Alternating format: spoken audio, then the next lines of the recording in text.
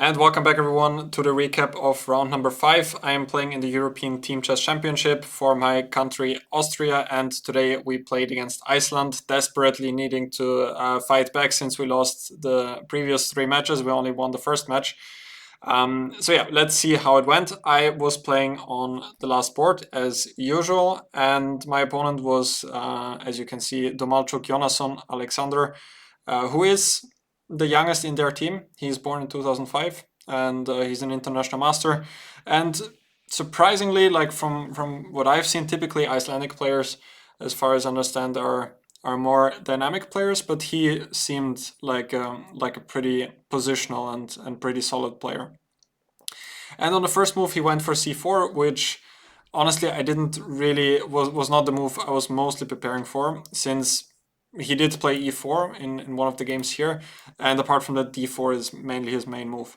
So I had some options which I could have gone for, but in the end I decided to surprise him a little bit back with by going knight f6, now knight c3 and c5, which is not one of the which is not my main system against the English. Typically I go for some systems with e5, but I guess that he was prepared for that, and I did check the line with c5 recently, so therefore I thought that this would make sense.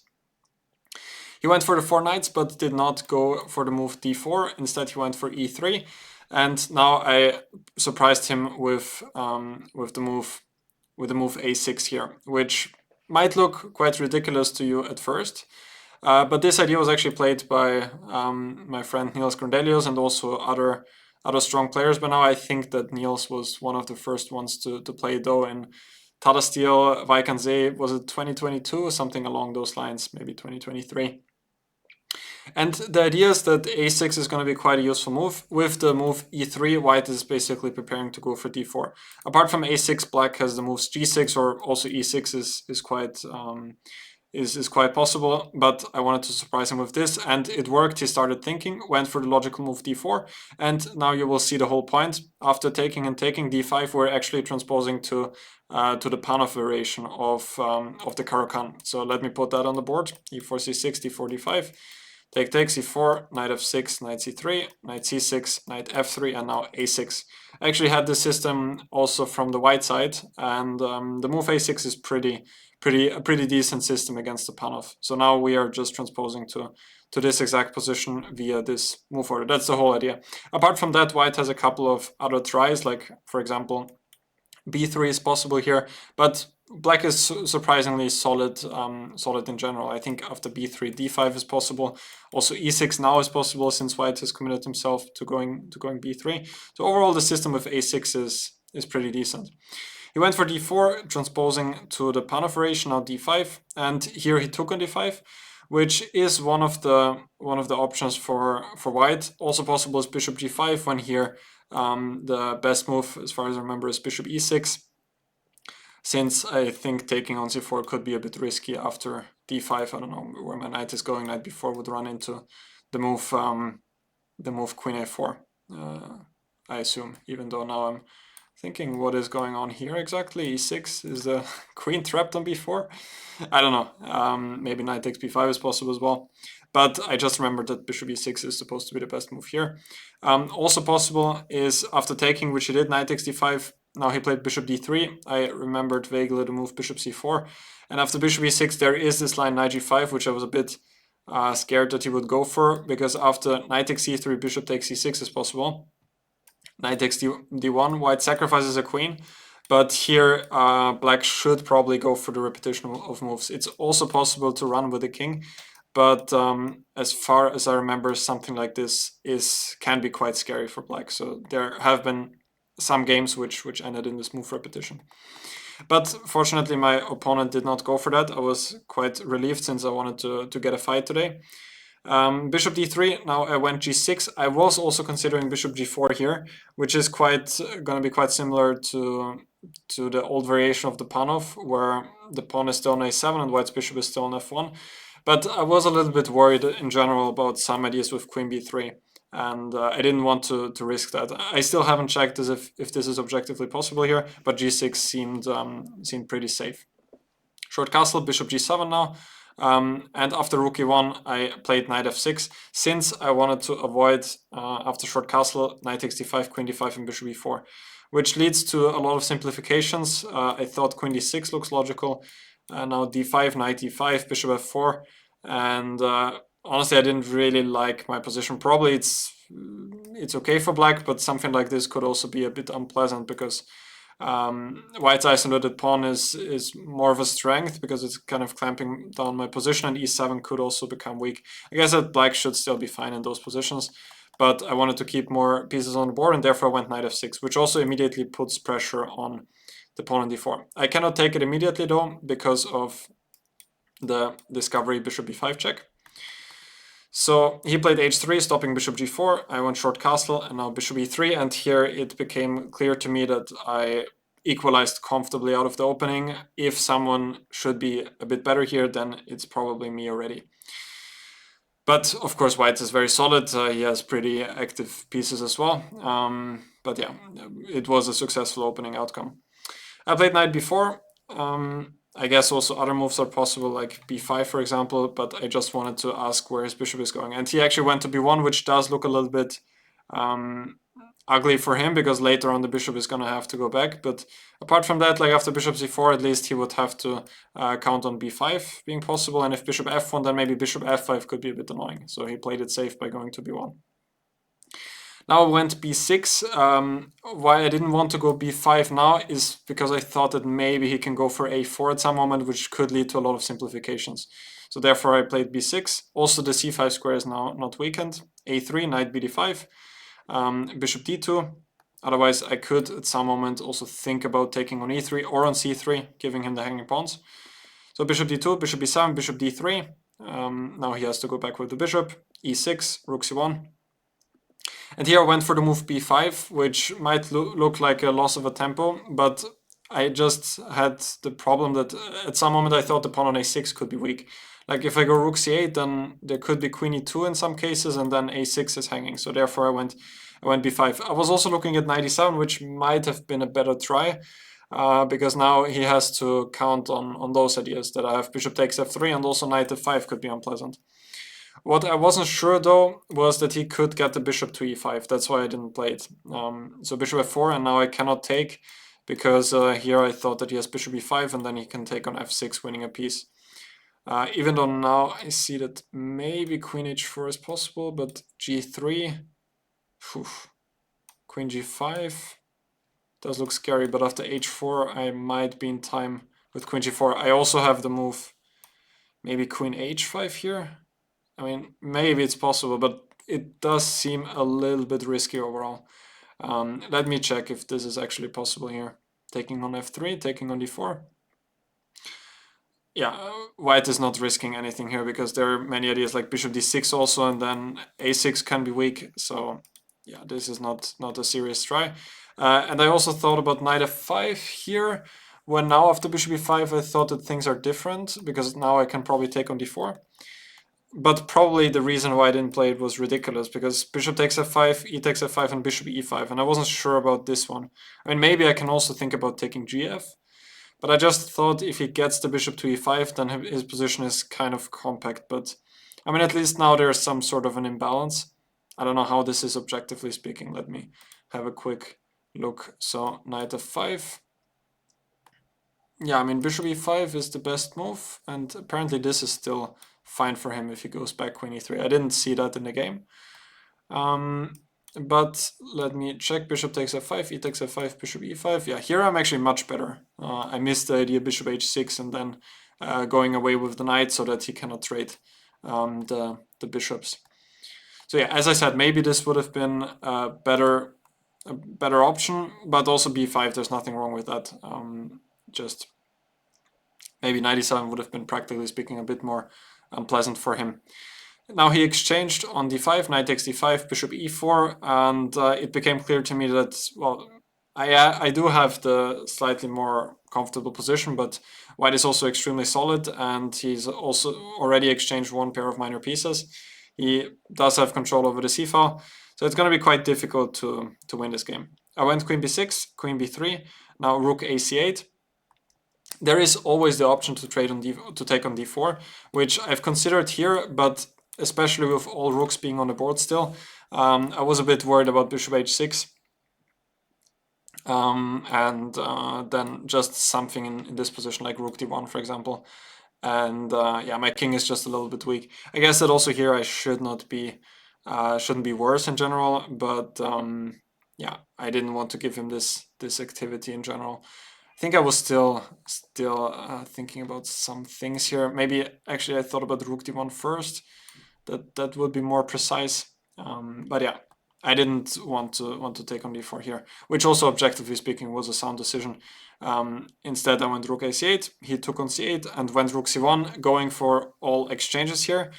When the drawing tendency increases even further, I took on c1, bishop c1, and here it was important for me to make a decision. Of course, the position is quite drawish, but if one side can play for something, it's definitely me here, and I probably didn't go for the most precise route in this position.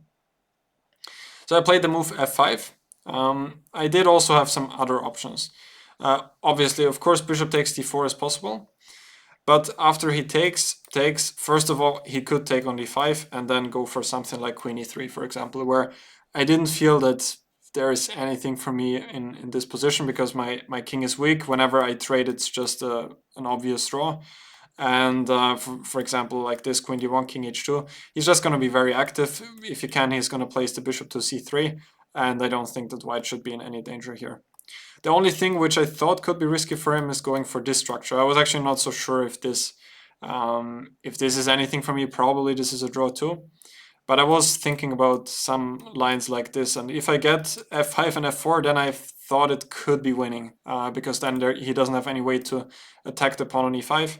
Well, maybe now there's concretely c4, but in general, those positions, if I get the king to e6, and consolidate everything, then his bishop is trapped inside, and I can at some moment run in with the king. That's what I thought here. But anyway, it's irrelevant because he has the move queen e3. Apart from others like queen c2, I guess is also possible. So that's why I didn't go for that. Also, in this position, there was bishop f3. Just keeping the pair of bishops and keeping the pin, which I also didn't feel like should be anything special for me. So that's why I tried f5. I'm still not sure. I mean, maybe this is a better try, but I just I don't really see what I can do here, basically. Another option would be to move the knight, let's say to e7, and going for a position like this, which is of course also extremely close to draw, but yeah, maybe I should have tried something like this and then go knight d5, f6, king f7, bishop f8, and slowly trying to improve the position. If I would have seen my opponent's resource after f5, maybe I would have gone for something like this. This is also the computer's top choice. He wants to go knight e7 and gives black an advantage of around minus 0.3. I went f5. Now the point being, if he retreats with the bishop, then I'll be happy to take on d4. And now it's a different story because he cannot trade on d5, and therefore at least there are more pieces on the board, and I thought that here I have serious winning chances. But instead he took on d5, bishop takes d5, and now he has the move queen c3, which I still saw, but after the move queen b7, which I played, I missed his reply. It's probably also not the only way with what he did, but I felt like this could be unpleasant for him. Instead, I would like to say that bishop takes f3 is not quite effective because he doesn't have to take back on f3. Instead, he can go queen c8 check. And if I go bishop f8, maybe I'm even risking something after bishop h6. That's what I thought, because there's a checkmate here and he's gonna take back on f3 in the next move. And if I go king f7, then queen d7 check, and yeah, if this, I thought again, even there he might have some tricks here, like bishop f4 at some moment, but this is the easiest way for him, just giving a check, king e7, and yeah, here maybe bishop g5 is possible. Like, I just didn't really see where this is going. I guess bishop g5 is possible. I think this is what I was looking at, and in the end I cannot take on d4 because of queen h8. Picking up the queen on d4. So that's why I played queen b7, and now he played bishop f4, which is a pretty good move. Instead, well, knight e5 is not possible, and I also felt like generally bishop takes f3 is quite a major threat, but he can just kind of ignore it and just take back with the g-pawn, and it's apparently, objectively, just a simple draw. Practically speaking, however, white is still definitely the one in the defense. But I missed this resource of him going bishop f4. Obviously, knight e5 I thought is not working because of bishop takes g2, and f3 should not trap the bishop. Maybe I can even take here, but also bishop takes e5 and bishop takes f3 should be possible here and should be quite good for black. So bishop f4, now I have to take, otherwise he's probably just going bishop e5 anyway. Take on f3, g takes f3, and king f7. Now we reach this endgame where I still felt like I should have at least some practical chances, but he defended this pretty well. He played king g2, bishop f6. The next moves are not so spectacular. I was just trying to improve my position, and generally my plan was to bring the king to d7 and then maybe go queen c6. Because if the queens are off the board and if I get the king to d5, it could very well be lost for white in many cases, even if he gets the king to d3. He played b3, which I think is a pretty smart move, trying to exchange one of those weaknesses, because if I also manage to fix those pawns on the black squares, it could be even more risky for white. And if b3, now he wants to go a4 just to exchange those pawns. I cannot take on a3 because of b4, which traps my bishop. So I tried to move g5 so that he at least has to worry about g4 in some cases. He went king g1, king e8. Now he went a4, and here I took on a4. Also possible was to go king d7 and go for this type of structure, which is also possible. Objectively, it doesn't change anything from the evaluation. I thought that here, at least here, there's some type of more of an imbalance because I can more easily attack the pawn on a4. King d7, queen d3, h5, queen c3, queen b1 check. Here I was already a bit low on time, and I tried to trick him somehow by doing some strange maneuvers. And I thought that it worked at some moment. Like I played a5, which is kind of the only way to make progress here. My idea was to go bishop b4 and then maybe to infiltrate with queen c3. Of course, positionally speaking, I don't want to place the pawn here because it's on a dark square, but I'm making available the b4 square from my bishop at the very least, and as I said, I don't have any other way to make progress here. He went king f1, bishop b4, and now I was a bit surprised that he went king g2, giving me the move g4 here. When here I was actually quite ambitious, and I thought that now I have pretty serious chances. Which was probably not really justified, but at least I pretend to take here and pretend to threaten to take here and then maybe on a4, and at least practically speaking it felt like he's on the defensive side. But again, he played a very good defensive route. He went queen d1.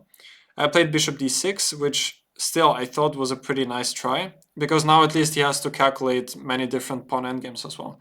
Because whenever I take on f3 and then on e5, at least he has to calculate how this is there. Apart from that, if I take on f3, this bishop endgame now should be a pretty clear draw, because he just, well, here king f4 is probably not doing anything because of bishop b2, and if king g3 I have bishop e7, but he can just go here and then to d3, and now it's just a pretty simple draw. White can just wait with the bishop, and it's just a draw. So I tried bishop d6, he played king g3. Now going for the pawn endgame is anyway probably not a good idea, might even be risky for me in some cases, like if I take here, I don't even know what I was thinking here, like king takes f3. I think this position I was thinking a little bit about, but how is this here? Like king f4, king d5, can he go h4 here? I mean, maybe I can also go king c5. I didn't fully calculate this because I didn't really believe in it. If king c5, I thought I'm even slower in the end, because here, here, here, here, here, and I mean, I'm definitely not trying anything here, because in the end my pawns are pretty weak, and maybe white can even try something there. And what was the other variation? If king d5, then maybe h4, king d4, king g5, king e5 here, and well, now maybe king f6 could be risky for him, because he does take a pretty long time to queen, but maybe in the end he's still on time. It does look like it, and it should be a draw as well. I don't know if this analysis now was correct at all. I should also mention that there is this move, which maybe is just winning. King here, and I'm winning. Take f2, and I'm gonna give checkmate. So where was the hole in this analysis? I'm curious now. I was calculating the same position with the pawn on h3, which I thought is a draw. If he goes king g5, take, because now if king f6, he can go king h4, and he can go back.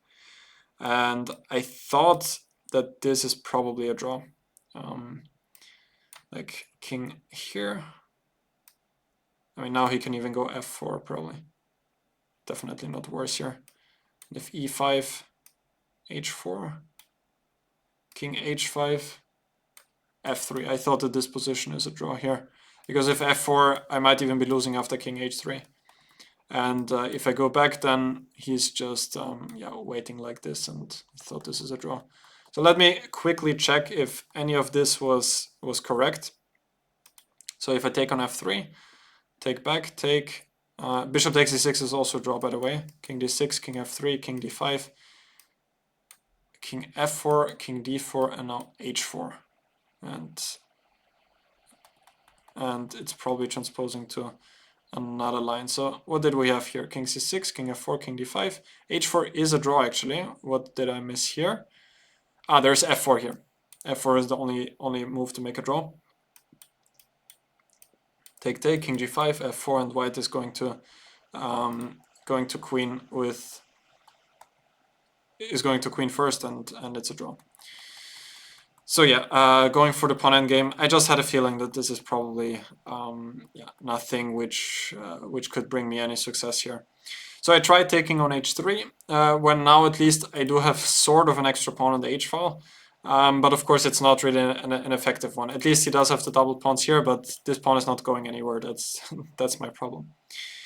I played queen d5 now. Queen e2, and now bishop e7. At first I was considering going into the queen endgame. Bishop takes e5, d takes e5. And I was mostly thinking about the move king e7. In general, all of this should be a draw. I was just trying to see which one is the best practical try.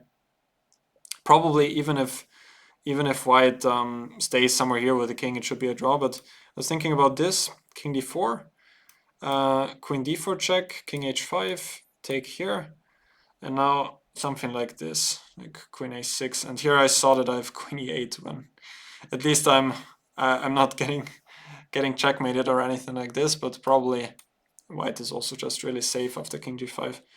Probably just nothing going on here. I don't know, maybe I can try a4, but